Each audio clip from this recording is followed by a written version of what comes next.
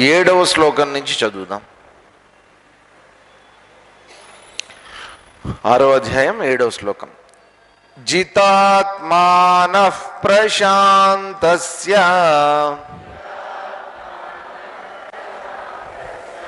పరమాత్మా సమాహితః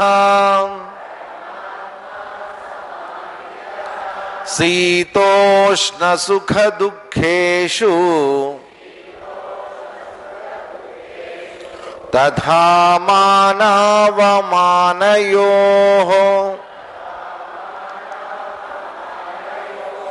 జ్ఞాన విజ్ఞాన తృప్తాత్మా కూటస్థో విజితేంద్రియః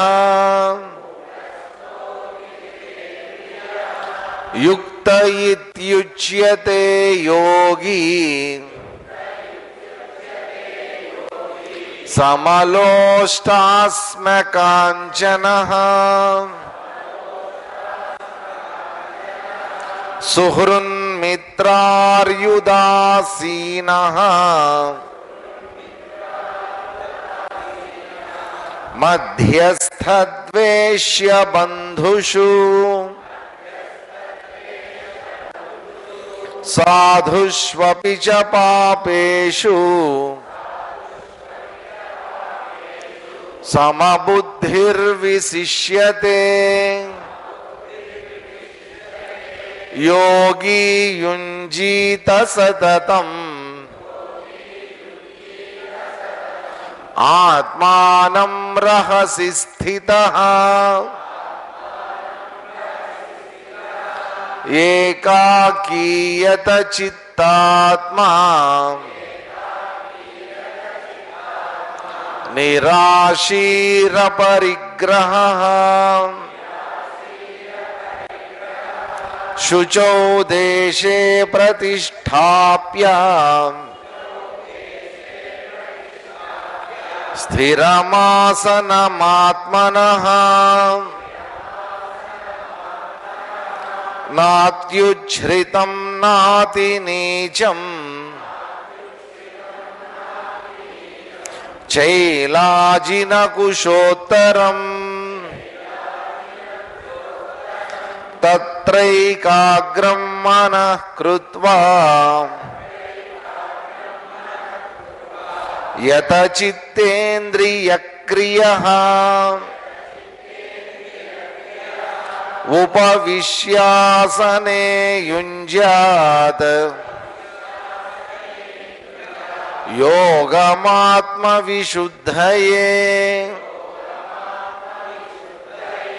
సమం కాయసు శిరోగ్రీవం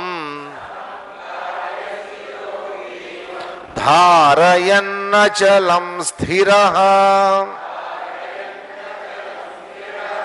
సంప్రేక్ష్య నాసికాగ్రం స్వం దిశశ్చానవలోకయన్ ప్రశాంతాత్మా విగతభీః బ్రహ్మచారి వ్రతే స్థితః మనః సంయమ్య మచ్చిత్తః యుక్త ఆసీత మత్పరః. మనోనిగ్రహము ఇంద్రియ నిగ్రహము కలిగినటువంటి యోగి తర్వాత చేయవలసినటువంటి కర్తవ్యాన్ని నిన్న చెప్పారు. జ్ఞాన విజ్ఞాన తృప్తాత్మ అన్నారు. జ్ఞానము విజ్ఞానము అంటే థియరిటికల్ నాలెడ్జ్ ఉంది నా దగ్గర, ప్రాక్టికల్ నాలెడ్జ్ కూడా ఉంది, గురువు ఇచ్చినటువంటి ఉపదేశం ఉంది, ఆ ఉపదేశాన్ని నేను మననం చేసుకున్నాను బాగా, నా దగ్గర ఒక మంచి జ్ఞానం ఉంది. ఈ జ్ఞానాన్ని నేనేం చేయాలి? నాకు ఉపయోగపడే విధంగా దాన్ని తీర్చిదిద్దుకోవాలి. కాబట్టి నేను పొందినటువంటి జ్ఞానం ఏమిటి? ఇక్కడ ఇది ఫిజిక్స్ కాదు, కెమిస్ట్రీ కాదు, ఇదంతా ఇది కేవలం ఆధ్యాత్మిక జ్ఞానం, ఆత్మజ్ఞానం. ఈ ఆత్మజ్ఞానాన్ని నాకు అనుకూలంగా మలుచుకోవాలి అంటే దానికి తగినటువంటి వాతావరణాన్ని నేను తయారు చేసుకోవాలి. నా చుట్టూ ఉండేటటువంటి వ్యవహారం కానీ, నేను నా చుట్టూ ఉండేటటువంటి వ్యక్తులు కానీ, నా చుట్టూ ఉండేటటువంటి గృహం కానీ, ఏదైనా సరే నేను సాధన చేయడానికి కూర్చోబోయేటటువంటి వాతావరణం ఏదైతే ఉందో దాన్ని నా సాధనకి అనుకూలంగా మార్చుకోవాలి. ఇక్కడ చెప్తున్నటువంటిది ఏంటి? ఇదంతా కూడా ఒక యోగి అయినటువంటి వాడు జ్ఞాన విజ్ఞానాలను రెండింటినీ వినియోగించుకోదలుచుకున్నటువంటి వాడు ఇప్పుడు ఇంకేం చేయాలి? నెక్స్ట్ లెవెల్కి ఎదగాలి. అక్కడే ఉండిపోకూడదు మనం. నెక్స్ట్ లెవెల్ అంటారు, అందుకనే ప్రతి దాంట్లో నెక్స్ట్ లెవెల్. నెక్స్ట్ లెవెల్ అంటే ఏంటి? మనం సాధించేది ఇంకా సాధనలో ముందుకు వెళ్తూ ఉండాలి, నెక్స్ట్ లెవెల్కి వెళ్తూ ఉండాలి. దానికోసం ఏం చేయమన్నారు నిన్న? చక్కగా సమంకాయ శిరోగ్రీవం, చక్కగా ఒక మంచి పోస్చర్, ఒక ధ్యానం చేయాలనుకున్నటువంటి వాడికి పోస్చర్ ఎట్లా ఉండాలి, శరీరం ఎట్లా ఉండాలి అనేటువంటి చెప్పారు. దానికి ముందు ఏం చెప్పారు? అసలు ఎలాంటి వాతావరణం ఉండాలి? శుచౌ దేశే ప్రతిష్టాప్య స్థిరమాసనమాత్మన. కాబట్టి శుచిగా ఉండేటటువంటి, మలినాలు లేనటువంటి, శుభ్రంగా ఉండేటటువంటి వాతావరణం చూసుకొని, అది మన పూజా గది కావచ్చు, మన ఇంట్లో ఉత్తమమైనటువంటి భాగము కావచ్చు. అది అటువంటి చోట చక్కగా ఒక మంచి ఆసనం వేసుకుని, మరి ఎత్తులో కాకుండా మరి కింద కాకుండా చక్కగా అక్కడ చెప్పినటువంటి చైల అజిర కుశోత్తరం, ఆ దర్భాసనం, దాని మీద ఒక చక్కటి ఒక క్లాత్ వేసుకొని దాని మీద హ్యాపీగా కూర్చోవాలి, స్థిరంగా కూర్చోవాలి.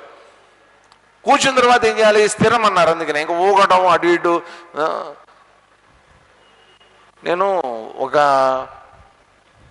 అంటే ఆర్గనైజేషన్ పేరు చెప్తే మళ్ళీ వాళ్ళు నన్ను కొడతారు, కానీ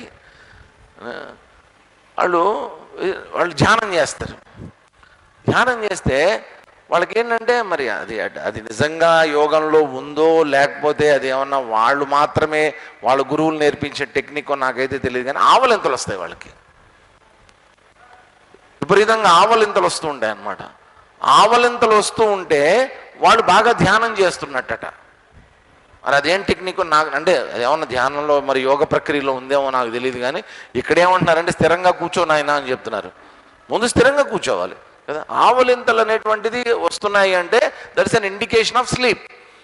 ఆవలింతలు ఎప్పుడు వస్తాయంటే మన బాడీని నిద్ర అనేటువంటిది మనకి సహజం. నిద్ర వస్తుంది మనకి. పర్టికులర్గా ఎప్పుడు వస్తుంది?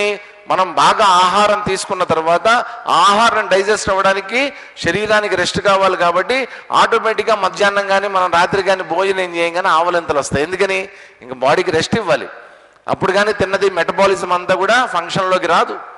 అందుకోసం అని చెప్పి శరీరం దానంతటదే నిద్రావస్థలోకి వెళుతుంది. ఆ వెళ్ళేటటువంటిది నిద్ర అంటాం మనం. కానీ మానవుడు ఏం చేస్తాడు? ఆ నిద్రలోకి వెళ్లకుండా తనని తాను కంట్రోల్ చేసుకుంటూ ఉంటాడు. ఆ కంట్రోల్ చేసుకోవటమే ఆవలింతలు రావటం. నిద్రను కంట్రోల్ చేసుకోవటమే ఆవలింతలు రావటం. అక్కడ కూడా ఏం జరుగుతుందంటే మైండ్ డ్రై అయిపోతుంది, లోపల సమాచారం వెళ్ళట్లేదు. నన్ను నేనే నా లోపల ఉండే జ్ఞానంతోనే నేను నిరంతరం ఆలోచించాల్సి వస్తుంది. నిద్ర వస్తుంది ఆటోమేటిక్గా. చూడ్డానికి ఏం లేవు, వినడానికి ఏం లేవు, నిద్ర వస్తుంది. నిద్ర వచ్చినప్పుడు ఆవలింతలు వస్తాయి. ఆవలింతలు ధ్యానం అంటే ఎట్లాగా? కాబట్టి స్థిరం, చక్కటి పోస్చర్ ఉండాలి, స్థిరంగా కూర్చోవాలి. నిజంగా చెప్తున్నానండి, ధ్యానంలో మీరు బయట ప్రపంచంలో చేసేటటువంటి వ్యవహారాలు ఆ సమయంలో మీ మైండ్ ఎంత అలర్ట్గా ఉంటుందో, మీ ఆలోచన ధోరణి ఎంత అలర్ట్గా ఉంటుందో అంత అలర్ట్నెస్ మనకి ధ్యానంలో ఉండాలి. ఎరుక అంటాం, అందుకనే ఆ ఎరుకలో ఉండాలి. మనల్ని మనం మన ఆలోచనల్ని గమనిస్తూ, మనల్ని మనం మన బుద్ధిని గమనిస్తూ, మనల్ని మనం మన వేగం. ఎందుకనంటే ధ్యానంలో కూర్చున్నప్పుడు గమనించాల్సింది ఏంటంటే ఆలోచనలు అనేటువంటివి కదులుతూ ఉంటాయి. నిరంతర ఆలోచన ప్రవాహమే మనస్సు అని అన్నాం. కాబట్టి ఈ మనసుకి, ఈ ఆలోచనలకి 3 రకాలైనటువంటి లక్షణాలు ఉంటాయి. ఒకటి ఏంటంటే quality of the thought. Quality మన ఆలోచనల యొక్క నాణ్యత. మనం ఏదన్నా వస్తువు కొనడానికి వెళ్ళామనుకోండి, ఆ నాణ్యతను కూడా మనం పరీక్షిస్తాం. క్వాలిటీ బాగుందా లేదా అండి, మంచి క్వాలిటీనేనా, మంచి బ్రాండేనా, చీప్ టైపా, ఇవి చూస్తాం మనం. కాబట్టి మన ఆలోచనలు కూడా ఒక రకమైనటువంటి క్వాలిటీ ఉంటుంది. అవి సాత్వికమైనటువంటివా, రజసికమైనటువంటివా, తమసికమైనటువంటివా అనేటువంటి క్వాలిటీని మనం చూసుకోవాలి, గమనించుకోవాలి. రెండోది ఏంటంటే ఆలోచన ప్రవాహం యొక్క వేగం, స్పీడ్. విపరీతమైనటువంటి స్పీడ్తో వెళ్తూ ఉంటాయి కొంతమందిలో ఆలోచనలు. వాళ్ళ ఆలోచనలు ఎంత స్పీడ్గా వెళ్తుంటాయో వాళ్ళ హావభావాలు కానీ, వాళ్ళు నడిచే నడక కానీ, వాళ్ళ ఊపే చేతులు కానీ, వాళ్ళ యొక్క ధోరణి అంటే వ్యవహార ధోరణి కానీ అంతే ఫాస్ట్గా ఉంటుందండి కొంతమందిలో. గమనించండి మీరు ఎప్పుడన్నా. ఏం మాట్లాడుతున్నారో అర్థం కాదు మనకి. అంత వేగంగా మాట్లాడేస్తూ ఉంటారు వాళ్ళు. అంత వేగంగా మాట్లాడడానికి కారణం ఏంటి? లోపల అంత వేగంగా అంత ఫోర్స్ తోటి వాళ్ళల్లో ఆలోచన ప్రవాహం కూడా సాగుతోంది. అందువల్ల అంత వేగం అన్నమాట వాళ్ళల్లో. మాట్లాడేస్తుంటారు.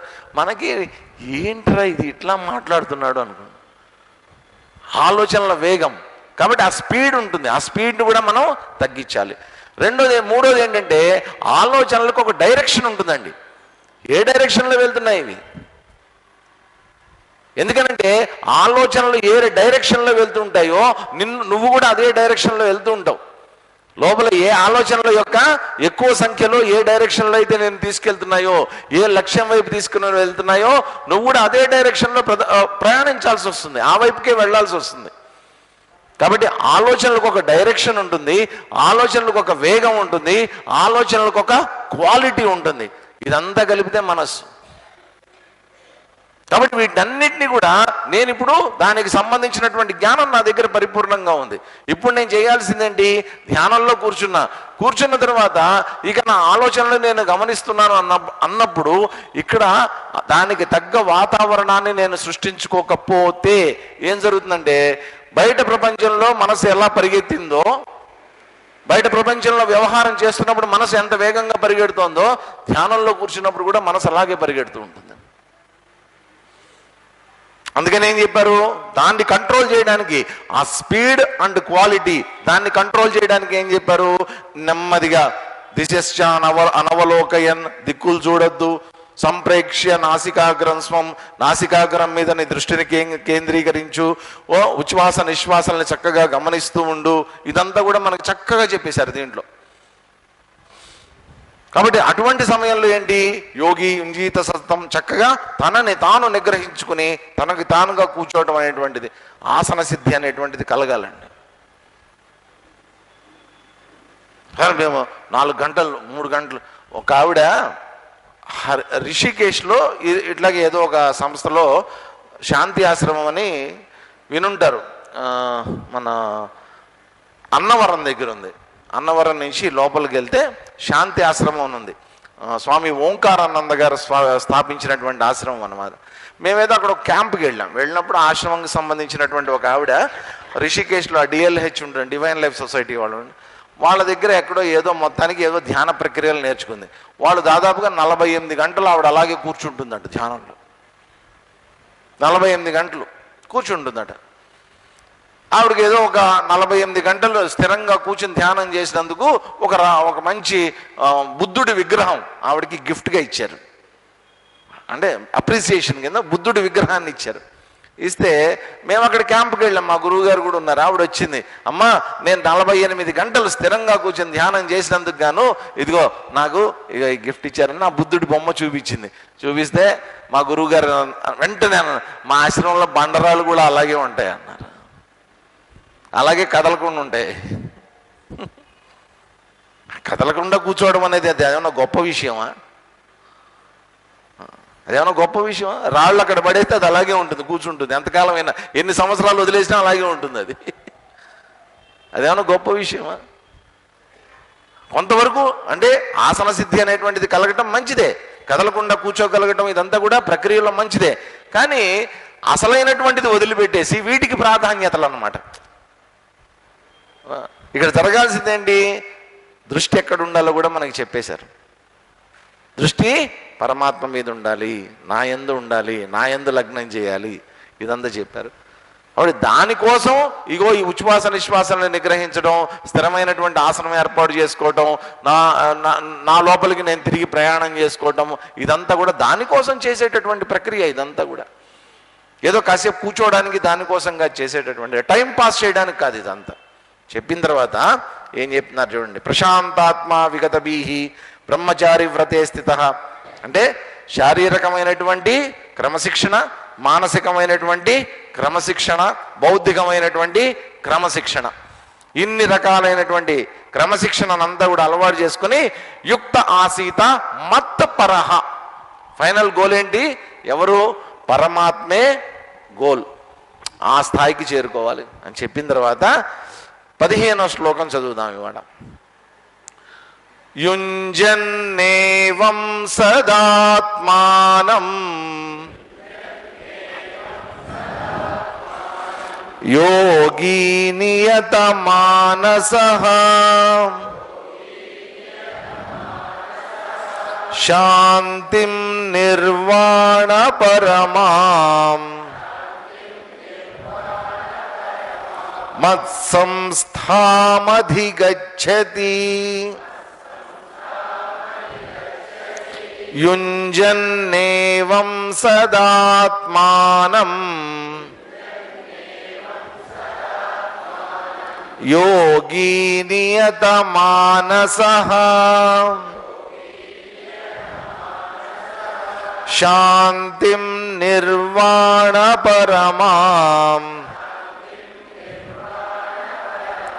మత్సంస్థామధిగచ్చతి.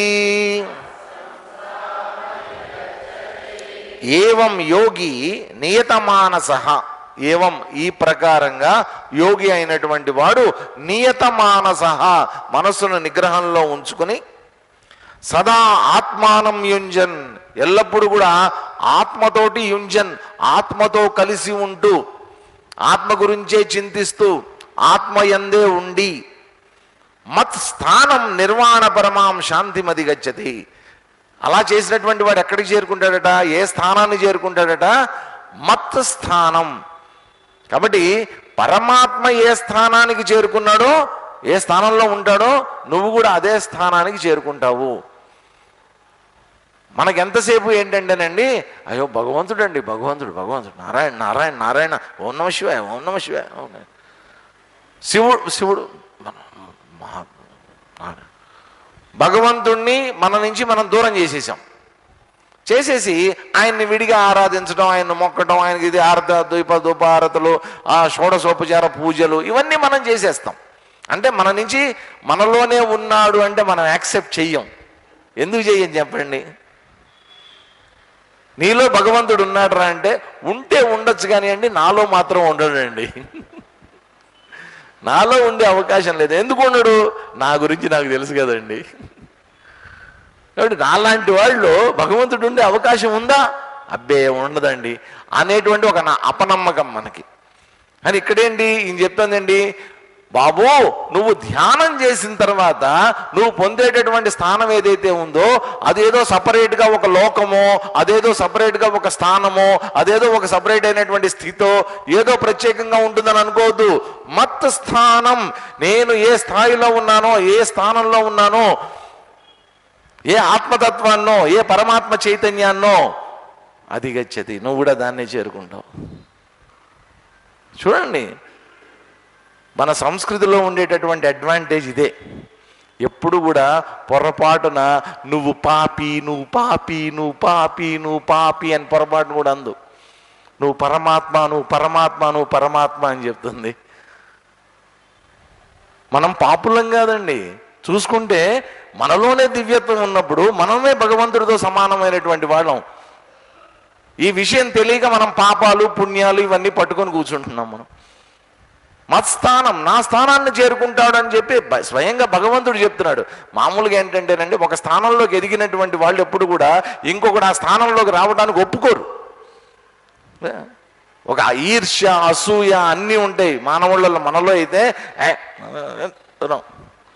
వాడికి నాకు ఏంటండి, నేనెక్కడ వాడెక్కడ, వాడంతా నేనంతా, నా ఆస్తి ఏంటి వాడి ఆస్తి ఏంటి, మా ఫ్యామిలీ ఏంటి వాడి ఫ్యామిలీ ఏంటి, నా బ్యాక్గ్రౌండ్ ఏంటి వాడి బ్యాక్గ్రౌండ్ ఏంటి, ఇన్ని మాట్లాడతాం. భగవంతుడు చూడండి అవేం మాట్లాడలే. మత్స్థానం, నా దగ్గరికి రా, నా పక్కన కూర్చోబెట్టుకుంటా నిన్ను, భరోసా. మత్స్థానం అది గచ్చిది. ఎందుకని? నువ్వు లక్ష్యంగా పెట్టుకున్నది ఎవరిని? ఆయన్ని లక్ష్యంగా పెట్టుకున్నావు. ఇంతకుముందు శ్లోకంలో అదే కదా చెప్పింది, నన్ను లక్ష్యంగా పెట్టుకొని నువ్వు ధ్యానం చేయి.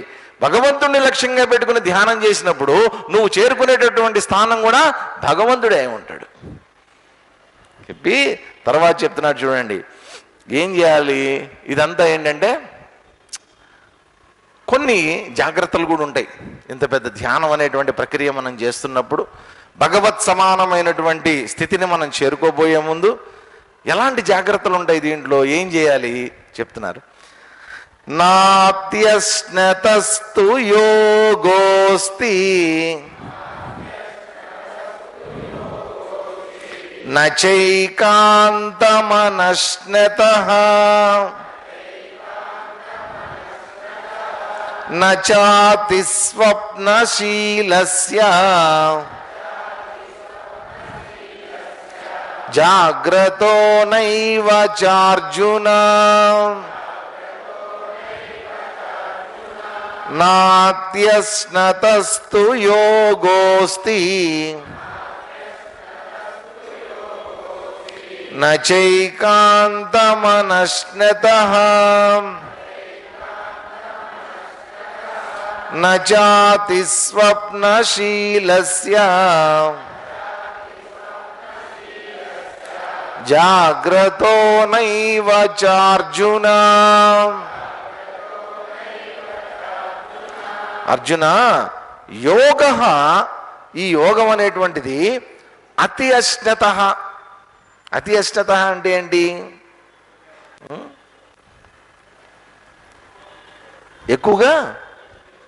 ఎక్కువగా తినేవాడు. అతి అశ్నత నా అస్తి, అలాంటి వాడికి యోగం కుదరదు. ఏకాంతం అనష్టత చ, అసలు తినకుండా ఉండేవాడు ఉంటాడు, వాడికి కూడా యోగం అనేటువంటిది సిద్ధించదు. అతి స్వప్నశీలస్య, స్వప్నశీలులు అంటే ఎవరు? ఎక్కువగా కలలు కనేవాళ్ళు. కలలు కనేటటువంటి వాళ్ళు ఎక్కడుంటారు, ఏ స్థితిలో ఉంటారు? మంచి నిద్రావస్థలో ఉంటారు వాళ్ళు. అతి స్వప్నశీలస్య, స్వప్నశీలు అంటే బాగా నిద్రపోయేటటువంటి వాళ్ళు అనమాట. అటువంటి వాళ్ళకి కూడా యోగం కుదరదు. జాగ్రత్తన, ఎక్కువగా మేలుకునేటటువంటి వాడికి కూడా యోగం అనేటువంటి సిద్ధించదు. కాబట్టి రెండు విషయాలు చెప్పారు. ఒకటి ఆహారము, రెండోది నిద్ర. ఆహారం విషయంలో ఏం చెప్పారు? అతిగా తినేటటువంటి వాడికి యోగం సిద్ధించదు. అలాగని అసలే తినకుండా ఉండేటటువంటి వాడికి కూడా యోగం సిద్ధించదు. అతిగా పడుకునేటటువంటి వాడికి యోగం సిద్ధించదు. అసలు పడుకోకుండా ఉండేటటువంటి వాడికి యోగం సిద్ధించదు. కాబట్టి యోగం సిద్ధించాలంటే ఎలా ఉండాలండి? ఏది అతి చేసుకోకూడదు. అన్నెసెసరీగా అది ఇప్పుడు ఎక్కువ తినటం అనేటువంటిది ఏంటి? కొంతమందికి అలవాటు ఉంటుంది, క్రేవింగ్స్ అంటారు. ఈ మధ్యలో ఇదంతా వచ్చింది కదా అందరికీ, ఏంటి diet controls, weight loss managements, ఇవన్నీ ఏవో బోల్డ్ అని వచ్చాయి ఈ మధ్య. వీటిల్లో చెప్తుంటాను, వెయిట్ మేనేజ్మెంట్లో చెప్తూ ఉంటారు అన్నమాట. ఏంటి క్రేవింగ్స్ అట కొత్తగా. మామూలుగా క్రేవింగ్ అంటే ఏంటంటే తినాలి అనే కోరిక. కొంతమంది తిన్న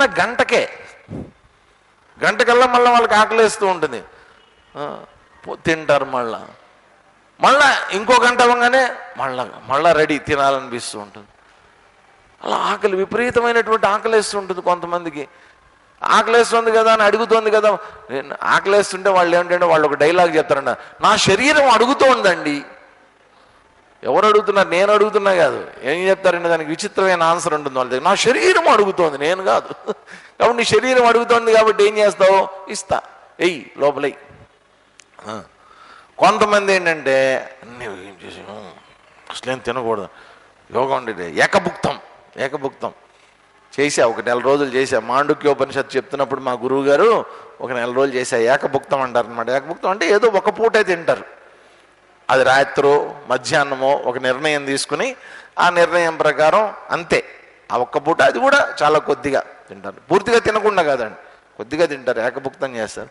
ఆ 1 నెల రోజులు మాండుక్యోపనిషత్తు అయిపోయింది. 1 నెల రోజుల తర్వాత నా పరిస్థితి మళ్ళీ నేను కోలుకోవడానికి 15 రోజులు పట్టింది. అంటే అందరి బాడీలకి అన్నీ సెట్ కావండి, అన్నీ సెట్ కావు. ఒక్కొక్కరికి ఒక్కొక్కటి చేయొచ్చు, కొంతమంది చేయగలరు, కొంతమంది చేయలేరు. వాళ్ళ బాడీ డిమాండ్స్ ఇవన్నీ ఉంటాయి. ఇక్కడ ఏంటంటే చెప్పేది ఏంటంటే మెయిన్గా మన వాళ్ళు కూడా ఏంటంటే ఏది చేసినా అతి చేస్తారు. అదో పెద్ద ప్రాబ్లం మన వాళ్ళతో. ఏదన్నా చెప్పండి అతి చేసుకుంటూ పోతారు. ముఖ్యంగా మన ఆంధ్ర వాళ్ళు ఆంధ్ర వాళ్ళకి అతి ఎక్కువ. ఏదైనా సరే తొందర పడిపోతుంటారు అనమాట. చేసేయాలి, వాళ్ళు ఏదో చేశారు మనం చేసేయాలి, వీళ్ళు ఏదో చేసి మనం చేసేయాలి, వాళ్ళు ఏదో వెళ్ళిపోయారు మనం వెళ్ళిపోవాలి. అతి ఎక్కడ ఉండకూడదు అనమాట. అతిగా నిద్రపోవద్దు, అతిగా మెలకుగాను ఉండొద్దు, అతిగా తినద్దు, అలాగని అసలే తినకుండాను కూడా ఉండద్దు. సరే ఇదంతా బాగుంది, అసలు ఏం చేయాలి మేము? అసలు ఏం చేయాలి అది కరెక్ట్గా చెప్పండి మాకు. ఏం చెయ్యకూడదో చెప్తున్నారు. తర్వాత ఏంటంటే ఏం చెయ్యాలో చెప్తున్నారు చూడండి. యుక్తాహార విహారస్య యుక్తచేష్టస్య కర్మసు యుక్తస్వప్నావబోధస్య యోగో భవతి దుఃఖః. యుక్తాహార విహారస్య యుక్తచేష్టస్య కర్మసు యుక్తస్వప్నావబోధస్య యోగో భవతి దుఃఖః. యుక్త ఆహార విహారస్య. యుక్తం అంటే ఏంటి? యుక్తం అంటే తగినంత, అవసరమైనంత, కావలసినంత, దాన్ని యుక్తము అంటారు. కాబట్టి ఎలా ఉండాలట? యుక్త ఆహార విహారస్య, తగినంత తీసుకోవాలి. ఆహారం విషయంలో 2 జాగ్రత్తలు ఉండాలండి. ఒకటేంటంటే మనం తినేటటువంటి ఆహారం యొక్క క్వాంటిటీ, ఎంత తింటున్నావు అనేటువంటిది ఒకటి ఉంటుంది. రెండోది ఏం తింటున్నాము, నువ్వు ఏం తింటున్నావు, ఈ రెండింటి మీద దృష్టి పెట్టాలి ఎప్పుడు కూడా. కొంతమందికి ఏంటంటే వాళ్ళకి తిన్నది ప్యాంక్రియాస్ పెద్దదవటం వల్ల, లేకపోతే జీర్ణకోశం పెద్దదవటం వల్ల పాపం వాళ్ళకి ఏంటంటే ఎంత తిన్నా ఆకలి తీరదు. కొంతమంది తినేస్తూ ఉంటారు, క్వాంటిటీ ఎక్కువ తీసేసుకుంటారు తెలియక. దాన్ని కొంచెం క్రమశిక్షణలో పెడితే కొంచెం తగ్గించవచ్చు. రెండోది ఏంటంటే లేనిపోనివి తింటాం, అనవసరమైనటువంటివి తింటాం అనమాట. యుక్తంగా ఎక్కడికో వెళ్ళక్కర్లేదండి. మన క్లాస్ అయిపోయిన తర్వాత బయటికి వెళ్ళండి చాలు. లైన్లో ఉంటాయి ఈ పక్క ఆ పక్క. ఏంటిదంతా? ఇంట్లో చేసుకోలేనివి, టీవీల్లో చూసినటువంటివి, వాళ్ళు వీళ్ళు తినేసినటువంటివి, అక్కడ బాగుందని చెప్తే అక్కడికి పరిగెత్తి, ఇక్కడ బాగుందంటే ఇక్కడికి పరిగెత్తి, ఇవన్నీ చాలదన్నట్టు ఆ స్విగ్గీలు జొమాటోలు వాటిల్లో తెప్పించేసుకుని తినేసేసి అన్నీ అంతంత తినేసి ఇంతంత తినేసి. మనకి చక్కగా పూర్వకాలం అరే బాబు ఇంట్లో అరటికాయ వండుకో, ఏదో అది వండుకో, దొండకాయ వండుకో, బెండకాయ వండుకో, బీరకాయ వండుకో మనకి చెప్తే ఆహా ఇవన్నీ కావు. మనకి సంబంధం లేనటువంటి తిండ్లు బోళ్ళని ఉన్నాయి ఇప్పుడు. మనకి సంబంధమే లేదు అసలు, మనకు అవసరం లేనటువంటి తిండ్లు అనమాట. ఆ పిజ్జాలు, బర్గర్లు. ఇదివరకు ఓన్లీ బెంగళూరుకి ఏదో పెద్ద పెద్ద మెట్రోపాలిటన్, కాస్మోపాలిటన్ సిటీస్కి పరిమితమై ఉండేది. ఇప్పుడు చక్కగా అనంతపురంలో కూడా అన్నీ దొరుకుతాయి మీకు. ఆ పిజ్జాలు, బర్గర్లు అన్నీ దొరుకుతాయి మీకు. ఏం కావాలంటే అది, గడ్డి గాదం చెత్త చెదారం అంతా ఇంటికి కావాలంటే సప్లై చేస్తారు హ్యాపీగా.